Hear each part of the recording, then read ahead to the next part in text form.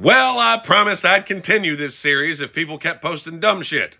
And wouldn't you know it, the dumb shit continues. It's like they want me to make fun of them. So here are some more dumbass comments posted to my Second Amendment videos. I mentioned the gun laws in Chicago, and they said they just send somebody clean to go get them for them. You know that's illegal, right? It's not a legal means of attainment if it's still fucking illegal. We refer to that as a straw purchase. And that's actually one of the first fucking questions on the form. For those of you not listening, that's the federal government telling you probably shouldn't fucking do that. You know, that lovely little agency that President Biden calls the AFT. One of my favorite ones was when the Second Amendment was written, it only applied to white people.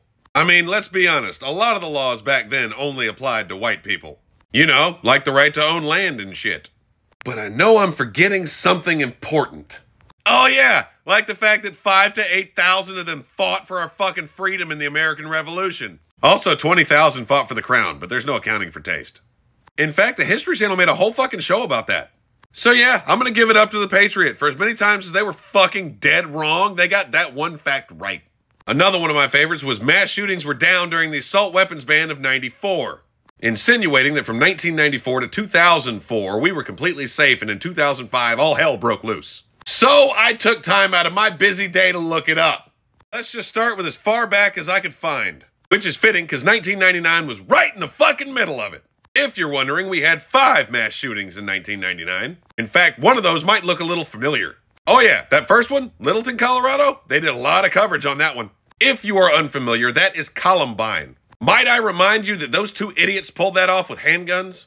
For reference, last year, when all hell was breaking loose, we had the same number of mass shootings. In fact, there were less fatalities. Also gotta give it up, we kept our shit together in 2020. And let's be honest, if any year was the year for it, it was 2020. In fact, the year they dropped the assault weapons ban and the next 2 years, we really didn't have a whole lot of activity. Till about 2012. That's really when all hell broke loose. So tell me again how the assault weapons ban fixed things. I'll wait. And finally, my absolute favorite comment. I've saved the best for last.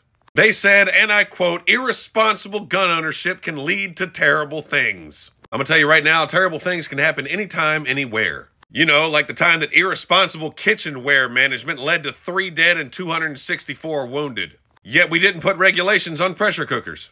Or if we want to talk about people inflicting mass casualty, there's always Old fucking Faithful.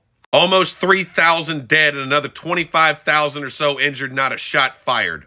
With those last 2, we could probably just outlaw religion and it'll take care of itself. What I'm trying to make is you don't have to have a gun to cause a tragedy. Perhaps you should remember that before running your fucking mouth.